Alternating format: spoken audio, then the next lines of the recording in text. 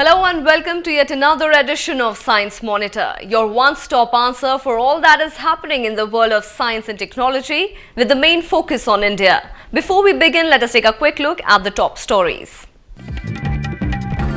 India celebrates victory over polio. President, Prime Minister become part of celebrations.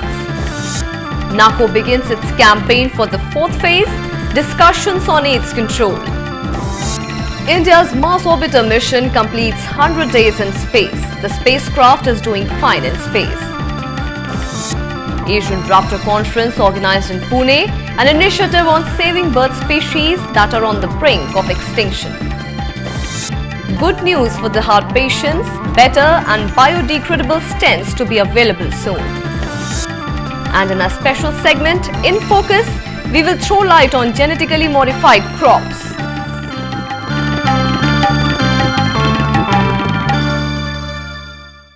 And now the news in detail. The World Health Organization has recently declared India polio-free. The victory over polio was celebrated in national capital's Talkatore Stadium on Tuesday. The event was attended by a host of dignitaries, including President and Prime Minister. After decades of untiring efforts made by the government and equally commendable persistence of the citizens to eradicate polio, India has finally been declared as a polio-free nation. The polio-free certification came from the World Health Organization on 11th February 2014 after there were zero reports of polio in the country during the past 3 years.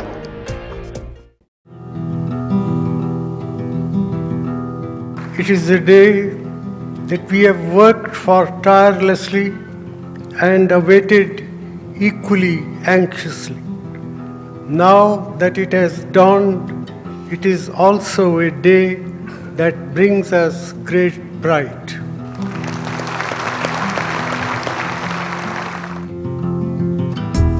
To celebrate this occasion, the Union Ministry of Health and Family Welfare organized a function at Talkatore Stadium on the same day. The occasion was graced by the President Pranab Mukherjee, Prime Minister Dr. Manmohan Singh and Mrs. Sonia Gandhi, Chairperson of National Advisory Council and many other dignitaries. Polio, also known as infantile paralysis, has been a dreaded communicable disease in developing nations across the world.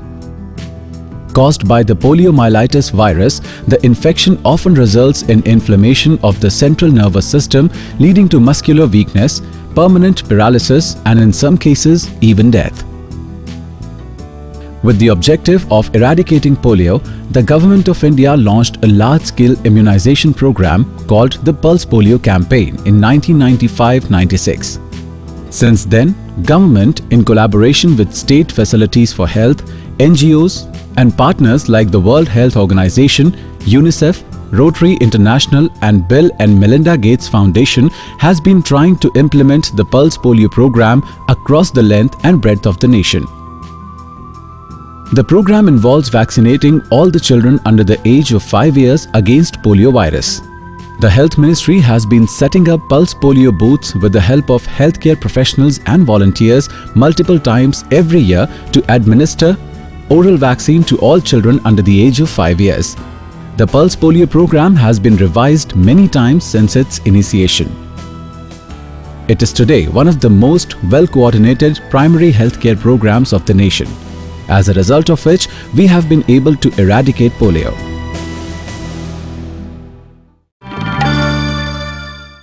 In order to expedite AIDS control in our country, the National AIDS Control Organization, that is NACO, recently launched its fourth phase. The campaign was inaugurated by Union Health Minister Ghulam Nabi Azad in Delhi. Here is a report. The Union Health and Family Welfare Minister Shri Ghulam Nabi Azad launched the fourth phase of the National AIDS Control Program, to be known as NACP4, on 12th of February 2014 in New Delhi. With a total budget outlay of 14,295 crore rupees, the program aims to accelerate the process of AIDS control in India over the next 5 years. The fourth phase of NACP aims to ensure that new infections are prevented and that treatment of HIV-positive persons is started at an early stage. That firstly, the eligibility of receiving ART has been revised. So far, only those persons were eligible to get free treatment whose CD4 was above 500. Currently, the treatment of AIDS makes use of treatment consisting of high-active antiretroviral therapy or HAART, which slows the progression of the disease. The therapy consists of a combination of drugs which consist of first and second line drugs. NACP4 has introduced the use of third line drugs for those patients who fail to respond to second line drugs. NACP4 also aims to reduce the stigma and discrimination against HIV infected persons and their families. Acquired immunodeficiency syndrome or AIDS is the most dreaded disease of the century. Caused by the deadly human immunodeficiency virus or HIV in short, which affects the body's immune system. Once infected, the illness progresses and it interferes with the immune system, making the person prone to infections that do not usually affect people who have working immune systems. During the launch, the Health Minister also informed that HIV/AIDS bill has been successfully tabled in Rajya Sabha during the ongoing Parliament session. This bill aims at protecting the rights of HIV-positive people and will help them lead a life without stigma and social discrimination. It was on the 5th of November last year that India's space agency ISRO launched its Mars Orbiter mission into the space. And this week, Mars Orbiter spacecraft completed 100 days in space in its voyage towards the Red Planet. How has been the Mars mission in these 100 days? Let us find it out.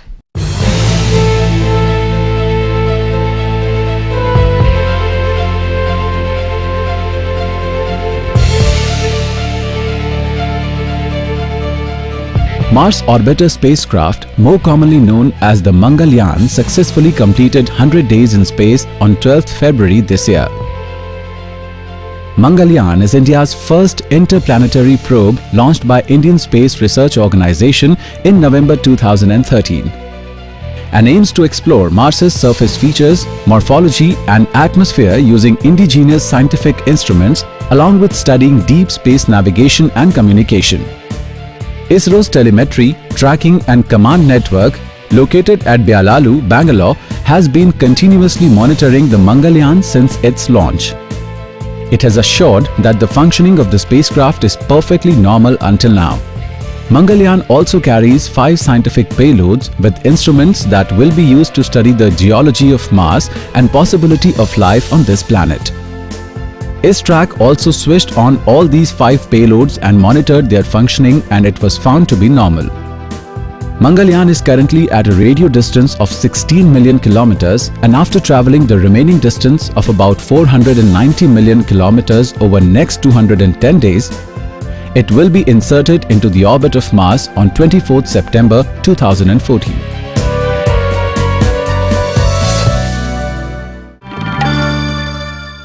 Due to excessive deforestation, urbanization and loss of habitats, several species of birds are on the brink of becoming extinct. In order to save these species of birds, Asian Raptor Conference was held from 6th to 9th of February in auditorium of Indian Institute of Science Education and Research, Pune. We get you the details in this report.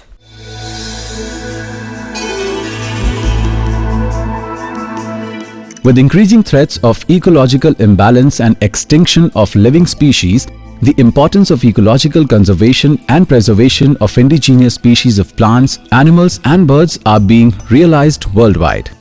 In this context, the 8th Asian Raptor Research Conservation Network Symposium was successfully conducted in Pune from 6th to 9th February last week.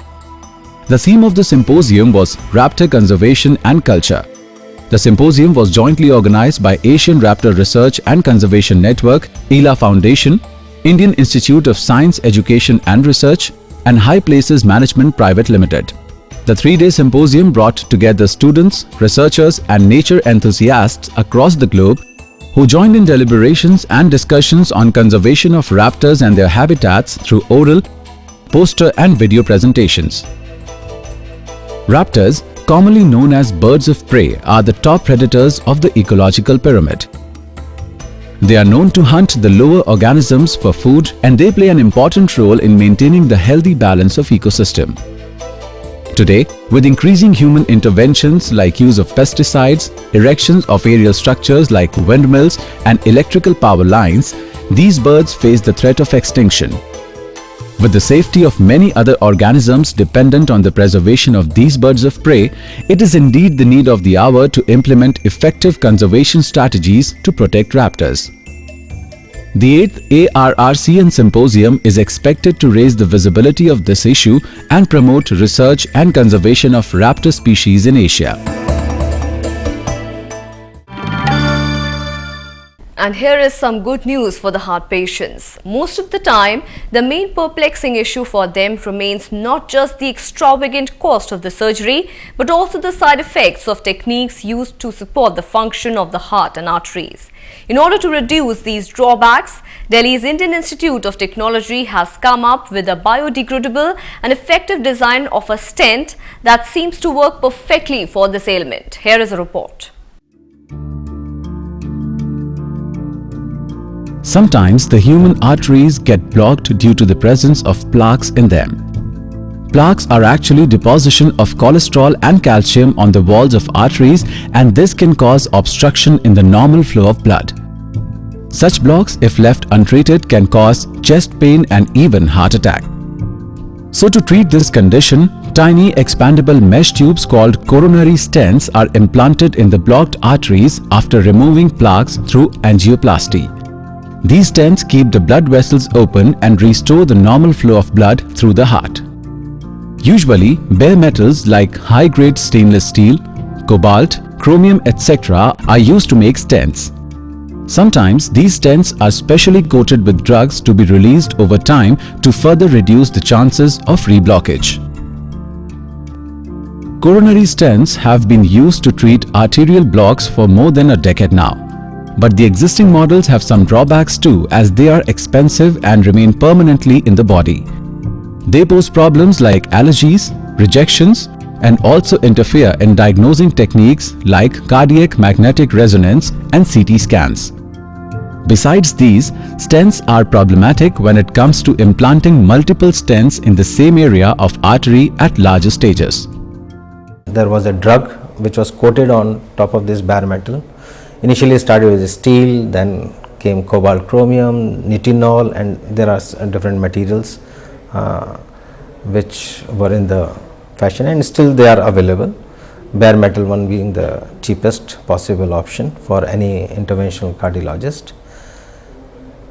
So the drug-eluting or DS stents came into being in way back, I think in 2000, after a decade of bare metal. And then there was a polymer coating, and then there is a drug on top of it, and that drug has to get released within a 1 month or 2 months or 3 months. Once the drug is released, the purpose of the stent will get over, because that plaque will be taken care of. Okay, it will become as normal lumen as possible, but the stent will remain there if it is metallic. The medical community has been trying to come up with innovations to improve the design and performance of these coronary stents. Professor Naresh Bhatnagar and his team from Indian Institute of Technology, Delhi, has come up with a new model of biodegradable coronary stents in India after several years of research on developing stents from biodegradable polymer material. Professor Bhatnagar and his team has arrived at an optimal design of a stent which disappears once the job is done. These stents made of easily degradable polymer material are safer, highly flexible, and can be implanted in the narrowest blood vessels. These stents degrade away, leaving no toxic material behind once their purpose is served, thus reducing the risk of allergies and later stenting. The team is also working towards making these stents available at affordable prices. So the cost of manufacturing, once there is a volume, will definitely come down. Once the raw material policies are streamlined, the cost will come down. Then we also need some industries which can make the raw material here itself. For example, biodegradable polymer. We do not have a single company in India to manufacture it. We have to procure from outside. With increasing reports of coronary heart diseases in India, the affordable biodegradable coronary stents of Professor Bhatnagar and his team bring a new ray of hope to the patients in the country. And with that, time for a short break. More science news on the other side. Stay with us.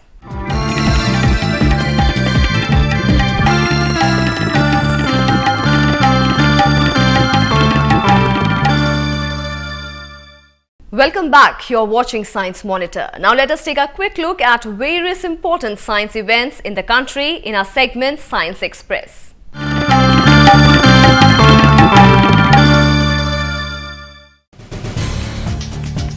The food grain production in India has been 263.2 million metric tons this year, beating the previous high achieved 2 years ago.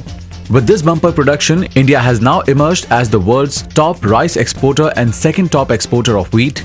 This announcement was made by Agriculture Minister Sharad Pawar at the inauguration of Agricultural Exposition Krishi Vasant. In order to encourage green technology, IIT Kharagpur has started with Innovation Challenge Grant. Under this initiative, students will be able to do research on subjects that are conducive to the environment.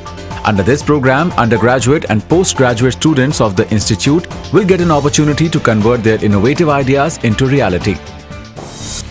It would now be easier to gauge and understand the movements of water inside the ocean as the Geological Survey of India recently launched a deep-sea exploration ship RV Samudra Ratnakar at Kandla port of Gujarat.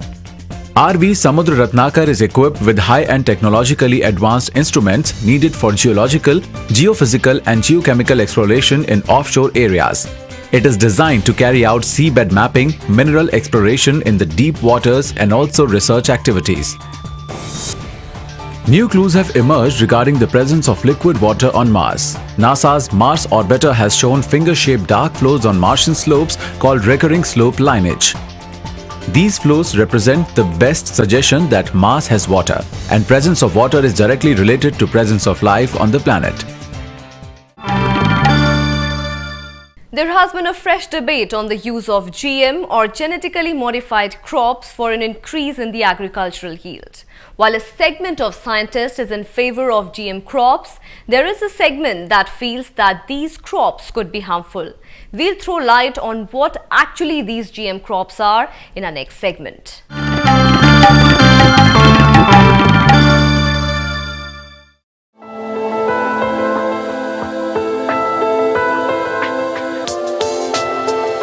Genetically modified crops or GM crops are also called biotech crops, and they have been a subject of controversy for over a long time now. With Prime Minister Manmohan Singh advocating the use of GM crops to ensure food safety at the recently held 101st Indian National Science Congress in Jammu, it becomes necessary to gain an insight into the development of GM crops. What are GM crops? Well, it may seem like a new development now, but the idea of it was always there in the mind of the human civilization. Man developed innumerable things to ease his life from time to time. Similarly, while growing and cultivating crops and dealing with many adverse situations, he must have imagined a kind of crop that is resistant to disease or can survive on less water or which can give abundant yield. Genetically modified crops are just a step in this direction. Imagine if we had rose plants which needed to be watered only once in a month instead of every day, or tomatoes which can be stored for longer periods without spoiling. If we had potatoes that were resistant to pests and provided more number of potatoes than usual, and rice which had medicinal properties. Yes, GM crop is all about such plants. As the name suggests, GM crops are agricultural crop plants whose genetic makeup has been modified using special biotechnological tools and genetic engineering techniques. The process usually involves introducing a new gene in the plant DNA that provides the plant a novel desirable character naturally absent in them. In this way, a crop plant with low resistance to pests, diseases and environmental conditions like drought may be made resistant. or we can improve the yield and nutritional quality of the plant and the plant products. Researchers use various techniques like plant tissue culture, introduction of mutation, and use of various microorganisms to introduce new genes in plants. One of the most commonly used techniques is the use of plant-infecting bacteria called Agrobacterium tumefaciens. These bacteria possess a specific gene called tDNA, which on infecting the plants naturally gets transferred to the plant DNA and result in tumors. Researchers today very cleverly replace the tDNA of Agrobacterium with desired genes like the one for disease, pest resistance or increased yield, and let such vector bacteria infect the plants. On infection, the bacteria transfers the desired gene in place of tDNA and integrates it with the plant genome to result in the genetically modified plant with desired properties. Scientists also make use of DNA bound to very tiny gold and tungsten particles which are shot into the plant cell nucleus under high pressure to integrate with plant genome. We often come across terms like Bt cotton, Bt brinjal and Bt potato. The prefix Bt is used when instead of Agrobacterium, another bacteria called Bacillus thuringiensis is used. These bacteria possess special genes called cry genes which help them produce a natural pesticide called crytoxin. These genes, when transferred to the plant crops, enable the plant produce this pesticide and make them resistant to pests. The first genetically modified plant was produced in 1982 using an antibiotic-resistant tobacco plant. Since then, a variety of plants that were resistant to herbicides and insects and had increased yield and nutritive value have been introduced. The first genetically modified crop, Flavor Savor tomato, which had a longer shelf life, was approved for sale in US in 1994. In 2000, with the production of golden rice, scientists genetically modified food to increase its nutrient value for the first time. Bt cotton, approved in 2002, is the first crop to be approved for commercial cultivation in India. It is estimated that since the introduction of this variety, the yield of cotton crop in India has gone up and India has become the number 2 cotton producer in the world. Other GM crops approved for field trials in India are Bt brinjal, Bt rice, Bt okra, genetically modified tomato, etc. While studies show that farmers worldwide have widely accepted the GM crops, there have been controversies regarding the use of GM crops as food. While on one hand, it is anticipated that GM crops can help solve the problem of shortage of food and deal with widespread malnutrition problems, there is also a widespread concern regarding the safety of such unnatural modified crops for human use. And how did this week fare in its contribution towards science? Let's find it out in our segment History of Science.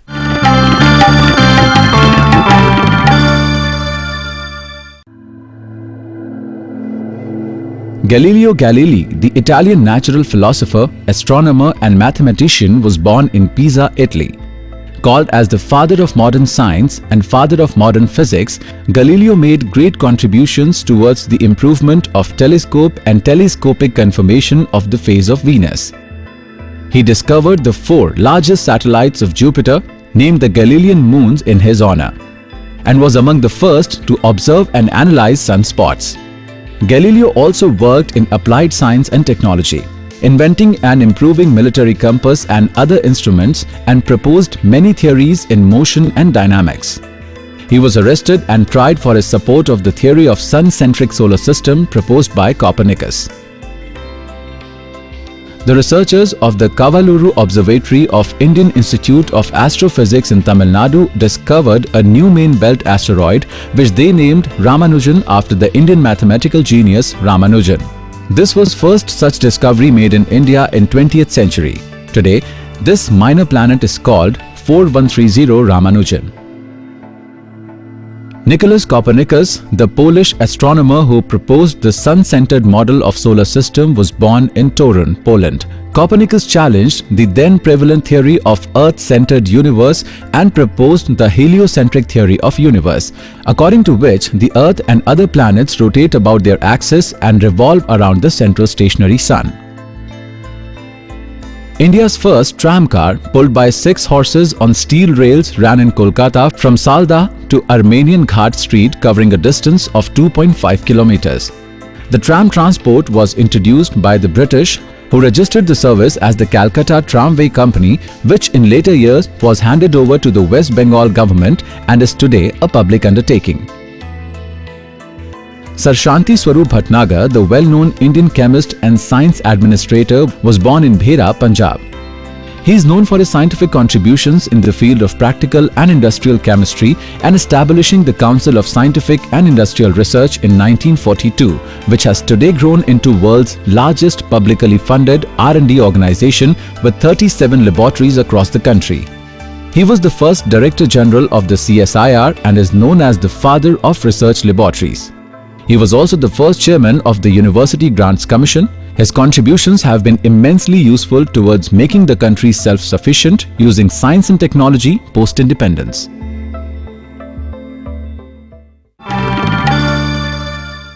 How did you like our program, Science Monitor? Do send in your comments and suggestions through email. Our email address is news@vigyanprasar.gov.in.